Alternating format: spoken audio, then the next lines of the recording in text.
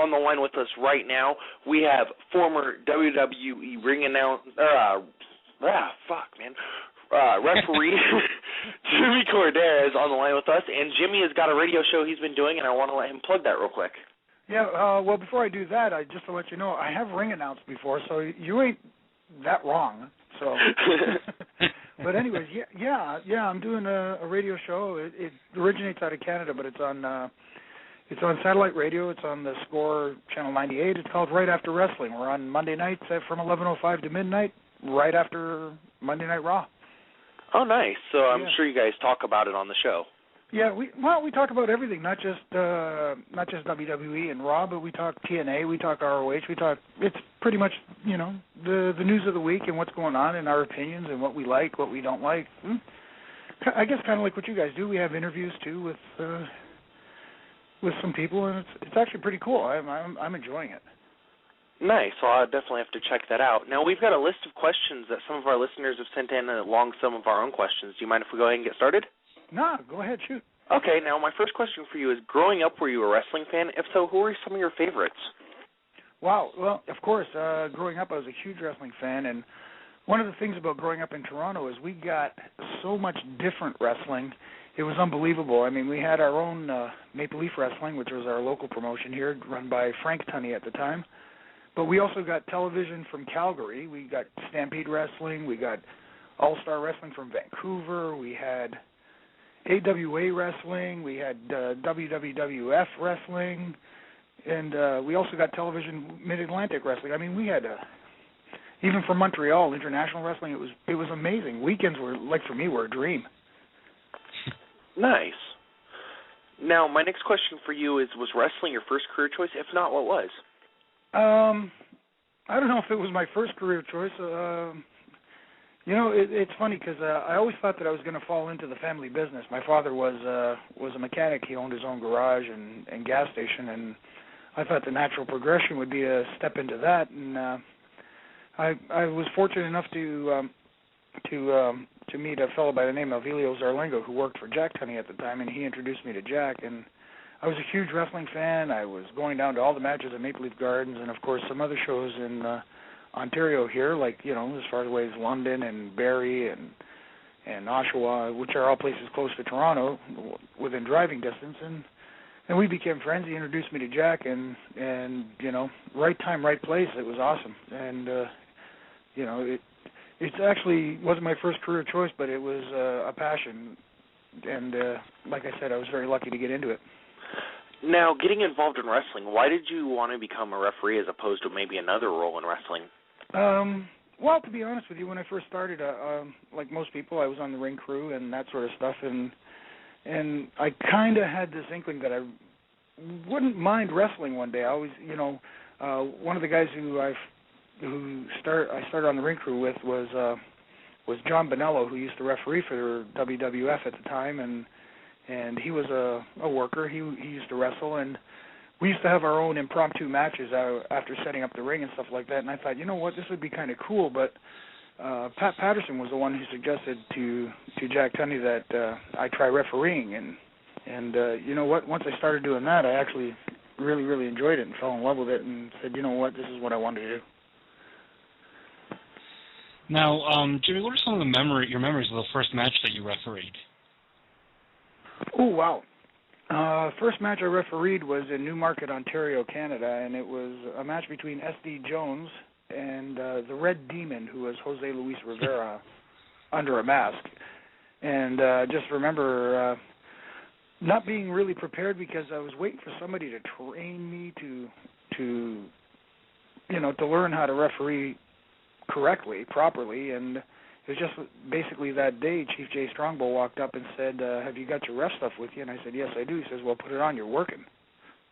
I said, pardon me? He said, yeah, go ahead, get dressed. Don't you want to work? I said, of course I do. He said, then go get dressed.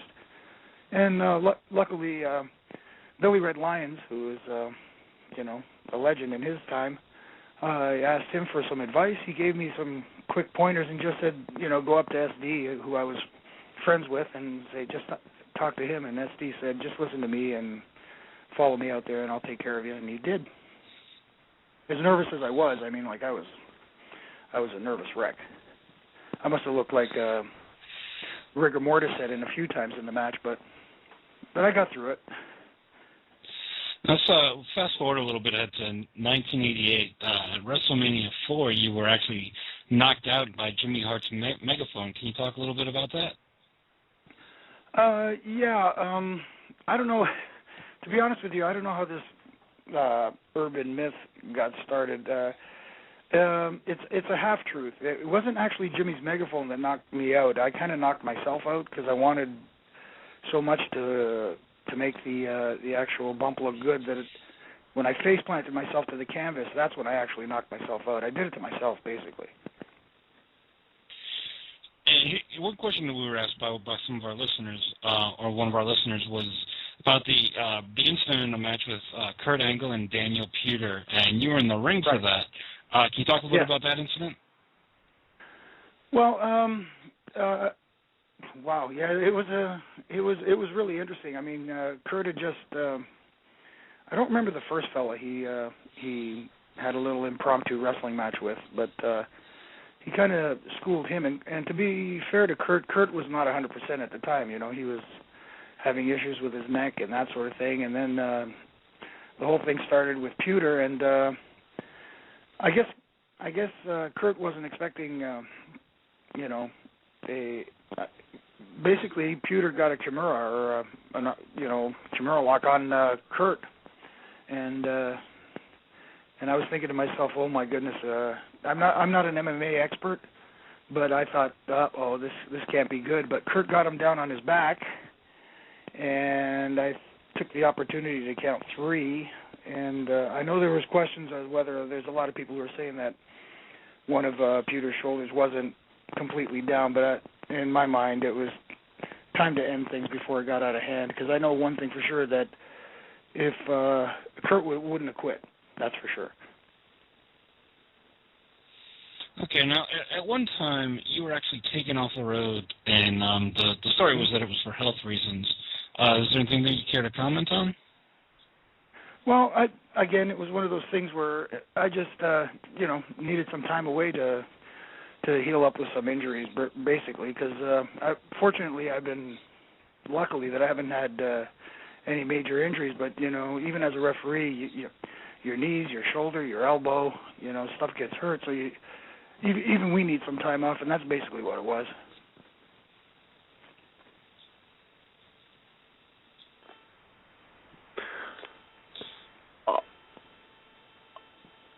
All right, my next question for you is, you've had the opportunity to see a lot of different wrestlers come through WWE in the past, 15 years or so.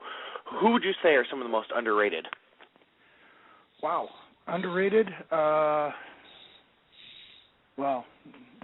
of the guys that are underrated right now, I think, as far as right now, MVP, I mean, I think he's underrated. I think that he's got the potential to be a big star, and I don't think they're using him correctly right now. That's just a personal opinion. Wow, that's a tough question. Underrated guys right now. Obviously, Christian. I mean, I thought Christian was destined to be a main eventer, and still is. But again, he, in my opinion, hasn't been, they haven't utilized his full potential either. Those are really two of the main ones that stand out in my mind right now. I'd have to really, sorry guys, I'd have to really think about that a little further. No problem. Alternatively, who would you say are some of the most overrated you've dealt with? Overrated?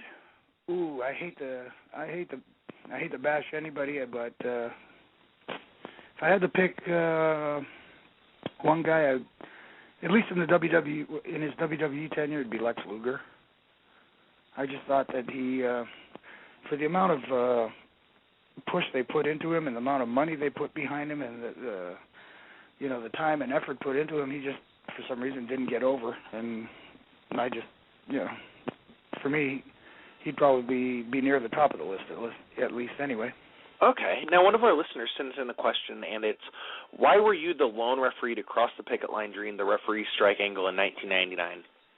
Whoa. Actually, it started off as a bit of a joke because right before they started that angle on television, I got married and I went. I got a couple of weeks off to go on my honeymoon, and when I got back, Triple H was the one who joked that welcome back and look, you guys are all out of a job now, and I made a joke about, hey, I just got married. I can't go on strike, and I need to work. I need money. And he thought about it. He went, hey, you know what? That's not bad. Then he went to, I suppose, somebody in creative, and next thing you know, I'm the scab referee who's crossing the picket line. And the story was it was because I got married and couldn't afford to go on strike. Oh, okay. Now, the next question is, what are your feelings on Vince McMahon? Vince McMahon?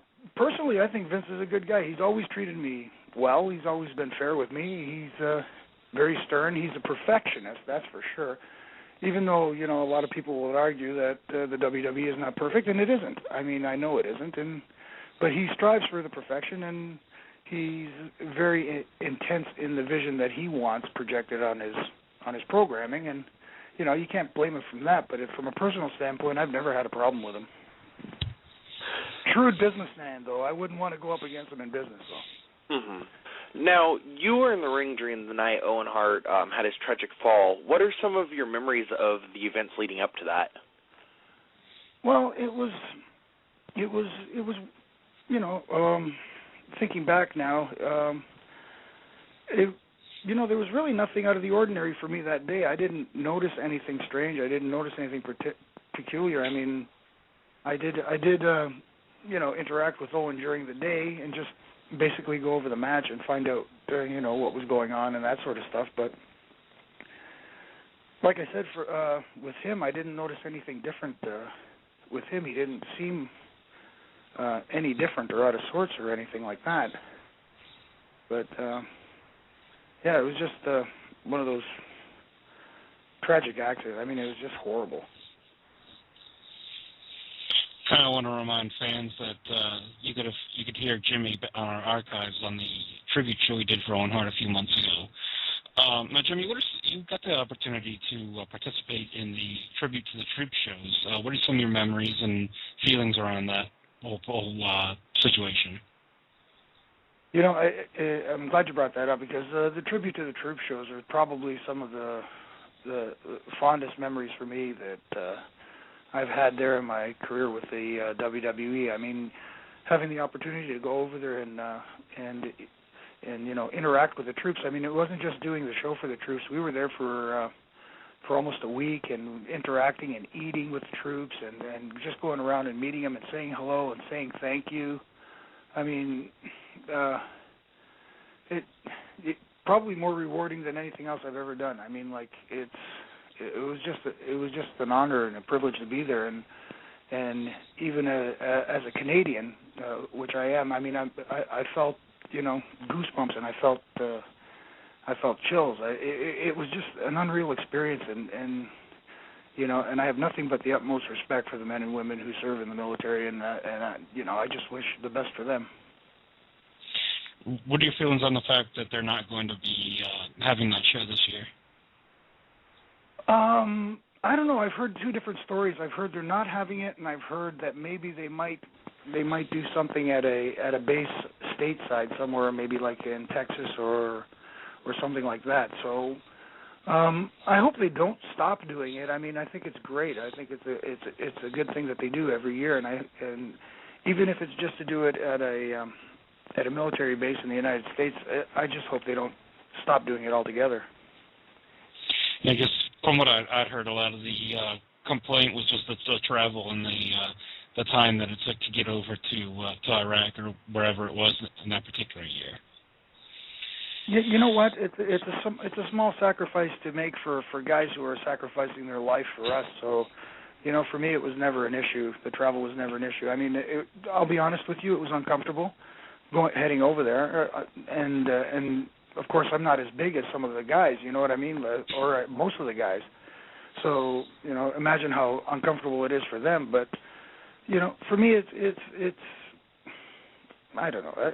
It's like I said, a small sacrifice to make for the men and women over there. Yeah, I'd imagine that 18-hour flight would be uncomfortable for somebody like the Big Show.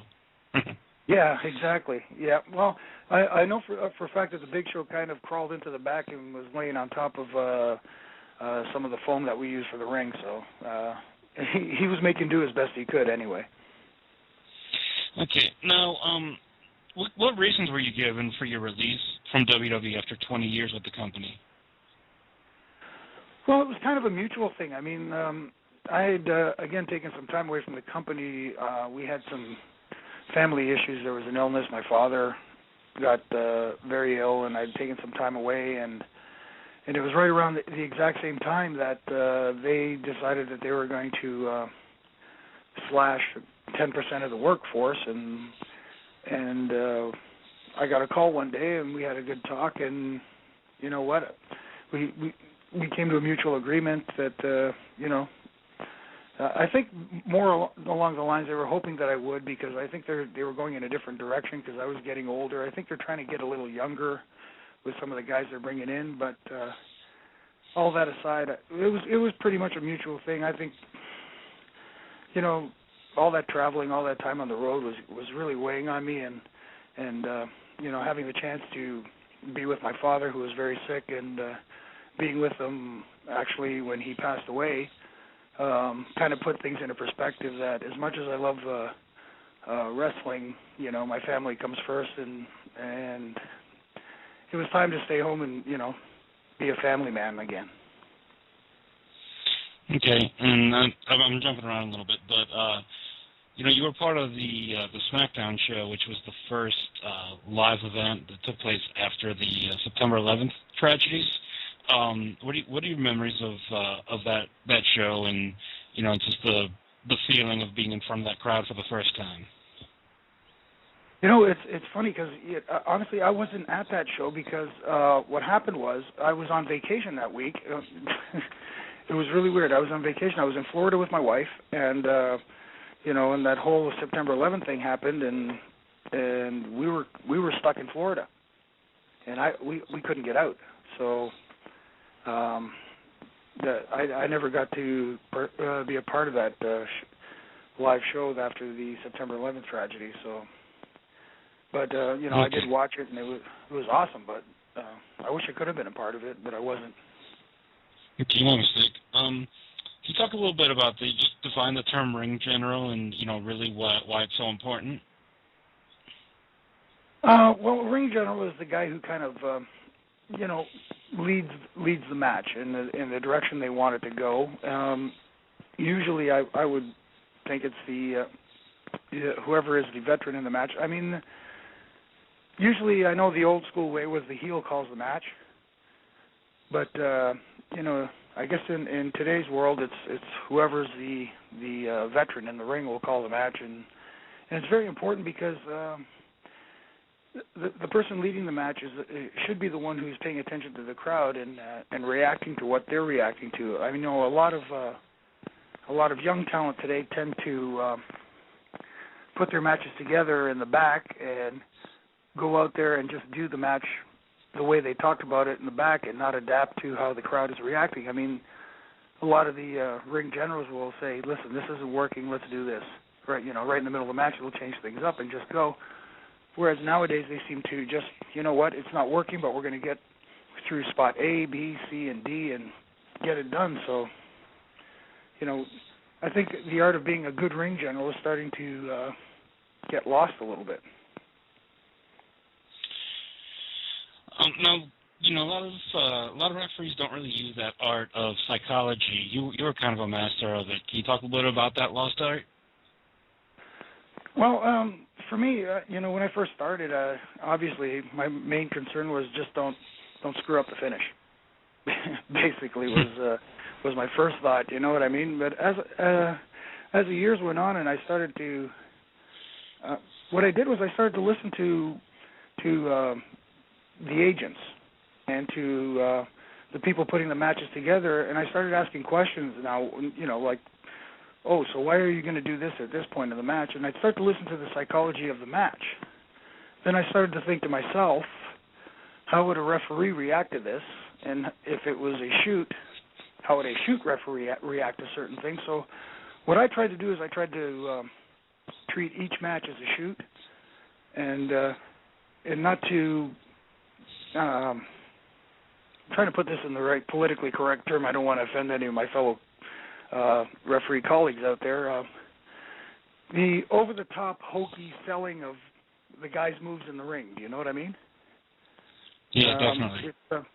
Yeah, because, like if somebody throws a punch and the referee in the background is making a motion like he's throwing a punch or he's, holding his back after a big backdrop, you didn't take the punch, you didn't throw the punch, you didn't take the backdrop, so why are you mimicking the move? The referee is supposed to be kind of invisible, almost like a ghost floating around the ring until he needs to be seen, And the other job of a referee is to actually enhance the match, to enhance to help tell the story that's going on in the ring, as opposed to being a distraction. So that was my main goal as a referee, and hopefully I accomplished it. I tried as hard as I could anyway. You've recently been involved in some referee fantasy camps. Can you talk a little bit about that, and what was that experience like? Yeah, well, there's a wrestling school in Toronto here called Squared Circle Training, and it's run by Rob Fuego, who's very good friend. He's trained people like Gail Kim and Tracy Brooks, and a whole bunch of people. He's good friends with Edge and Christian and guys like that. And he approached me one day because he said he was getting a lot of emails and that sort of stuff asking if he trains referees there at his camp, at his wrestling school. And he contacted me one day and says, "What do you think about holding a one-day camp?" And I said, "You know what? Sure. I've never thought about it really, so yeah, if there's enough interest, sure, I'd love to do it." And we actually had it on WrestleMania weekend, which kind of ruined plans because I was planning to go down there, but that's okay. But we had the camp on WrestleMania weekend. We had about 12 guys show up, and it was fun. It was fun. Now, who do you feel in all your years of refereeing were the easiest and most difficult wrestlers to be in the ring with, meaning the guys that make your job easier and more difficult? Ooh, let's go with the easy ones because those guys are I could mention easy guys to work with in the ring. Eddie Guerrero was real easy to work with in the ring. He was actually one of the most fun guys to work with in the ring too. Another guy would be Curt Hennig. Curt Hennig was fantastic and easy to work with in the ring. Wow. Out of guys who more recently, I would say, Edge. Edge was also easy to work with. Not to say that the other guys weren't easy to work with. These were guys that I would work with where, I could almost like instinctively kind of see what they're doing as they're doing it, so I don't have to ask them. Do you know what I mean? Does that make sense? Yeah. I don't know if it makes sense or not. But, as far as guys who are hard to work with, again, I'm going to go back to Lex Luger, and I'll give you an example, if you guys don't mind, a little story here. It was a match between Lex Luger and Brian Adams, and it was I was supposed to get bumped in the match, and basically it was Lex Luger was going to have Brian Adams in a headlock and just shoot him off right into me. Very simple, very easy. For some reason, I got a brain cramp, and as he shot Lex off into me to throw him into me, I kind of moved out of the way. So right away I knew that, I just screwed up. And right in the middle of the match, Lex cussed me out, cut a promo on me in the middle of the match, and we went into something else. And anyways, we got to the back, and while Lex is cutting a promo on me, Brian came in and, basically said, Lex said that I had totally effed up the match. I don't know if we can swear here. I don't know if that's allowed. But he said I totally effed up the match, and Brian just piped in and said, "Lex, the match was effed up way before he moved." But it was just little things. He used to get mad over nothing, and I don't know. He was just difficult to work with. Apparently, he's changed his tune a little bit now, but he's a lot nicer guy. But back then, at least to me, he wasn't that nice. Right, yeah, he's been through a lot, so I guess that'll teach a little, and I guess someone will get a little humble after that. Who do you feel is the best young referee out there today? Like, who do you look at and say, this guy's really good at what they're doing?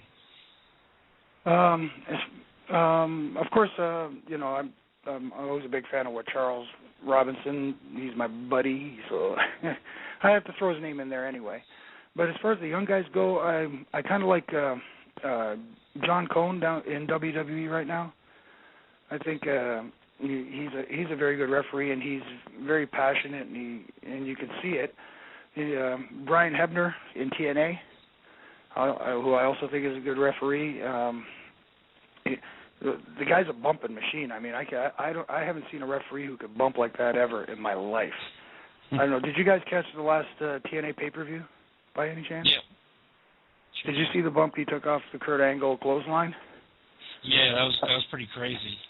Yeah, it was nuts. I'd never be able to do that. But those two guys really stick out in my mind as the young guys who are probably really good right now. I mean, there's good guys out there, but those guys really stick out to me. Well, that actually leads into my next question. How important is it for a referee to bump?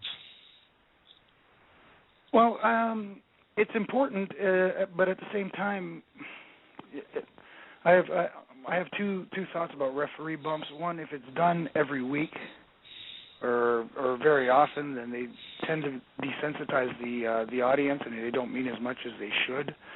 And plus, I don't like the fact that just to bump the referee to get to another spot, as opposed to using the referee bump to get to a conclusion. If that makes sense. And the other thing, my philosophy about referee bumps is that a referee bump shouldn't look like a bump that the wrestler takes.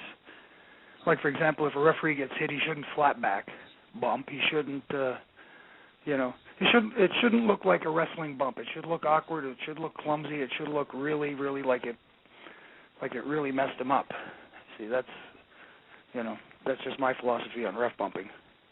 The more awkward it looks, the more authentic it looks, I think.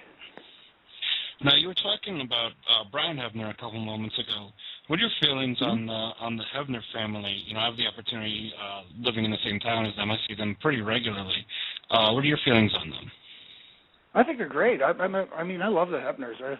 Dave and Earl were really the first two guys, along with Timmy White, who actually, took time out to really sit me down and work with me and train me.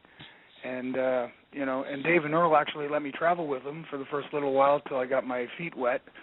So, I owe a lot to those guys. And then when Brian came aboard, we were, again, him, myself, and ring announcer Tony Chimwell kind of became the Trio Amigo traveling buddies again. So, the Hebners have always been good guys to me, and, I have to thank Dave and Earl a lot for what they did for me, too.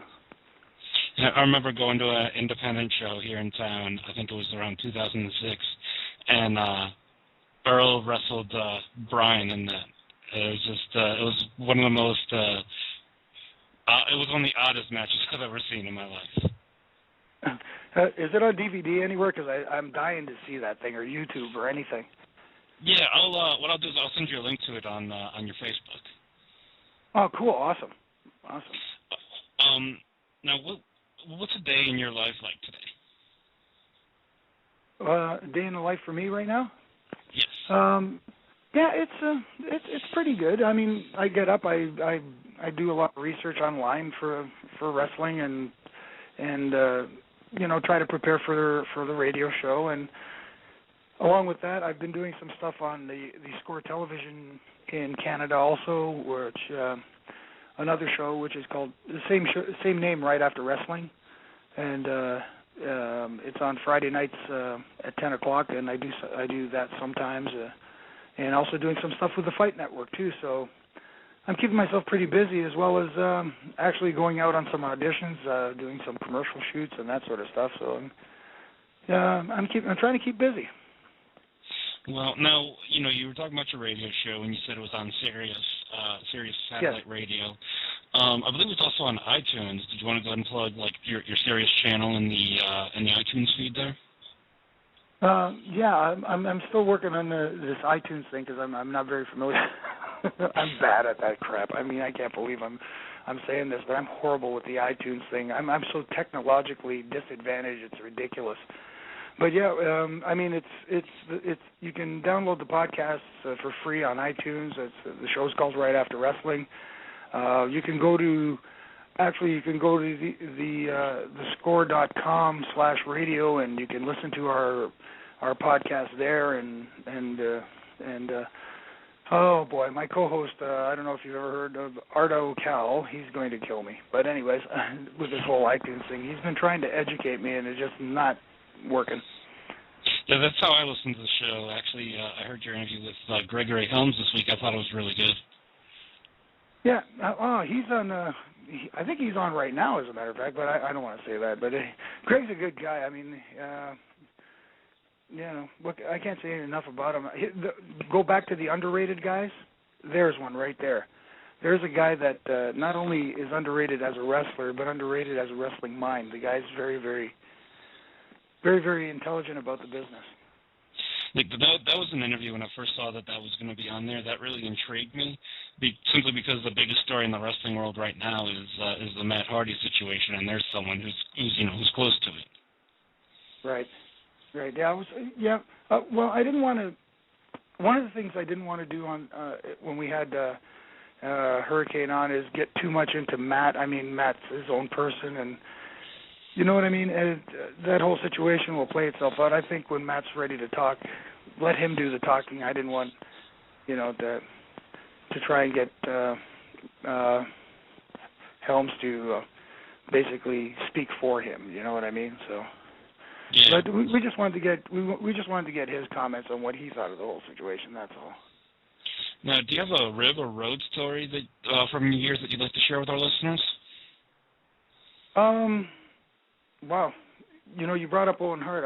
I don't know if I told you guys this story before, but Owen got me one time good at a hotel. We had just finished TV, and we had gotten back to the hotel, and it was about 12:30 at night, and I was up in my room ready to pass out, and I was half asleep, and the phone rings, and it's a guy on the phone, says he's from the front desk, and there's been a problem with my credit card, and they can't process my credit card, so I have to come down and pay them cash or something like this. I have to come to the front desk and straighten stuff out.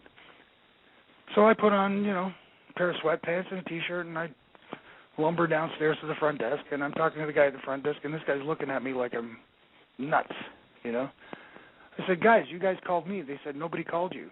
And over out of the corner of my eye, I could see Owen sitting there on a chair laughing his butt off, and that's when I realized he got me. And the best part was, I went over to talk to him. I mean, like, it was funny. It was harmless. You know what I mean? Nobody got hurt. And while I was sitting there talking to him, here were like 2 or 3 other guys coming downstairs talking to the front desk, going through the same thing I just did. So I wasn't the only one that night that got caught. It seems like most guys' best ribs or road stories have something to do with Owen. Yeah, he was a master. He was definitely a master. And when him and Davey Boy got together, boy, it was guns a-blazing, I'll tell you. Now, do you have any last messages you'd like to give to your fans? No, I just want to, for anybody who ever was out there supporting referees, thank you. I had a great run. I have no regrets. I mean, I want to thank everybody whoever came out to any of the shows that we did. We appreciate everything you do, and if you want, tune in to hear. If you want to hear me, if anybody wants to hear what I got to say, I mean, I ramble sometimes, but hey, it's Right After Wrestling on Sirius Satellite Radio, the Score Channel 98, or the Score.com/radio on Monday nights, and you can listen to me just babble about wrestling. I mean, once again, I definitely highly recommend everyone listen there. It's, you have a good insight and also do some good interviews. And Jimmy, on behalf of JT Evans, I just want to thank you for coming on this evening. Oh, it was my pleasure, guys. Anytime. Thank you very much. All right.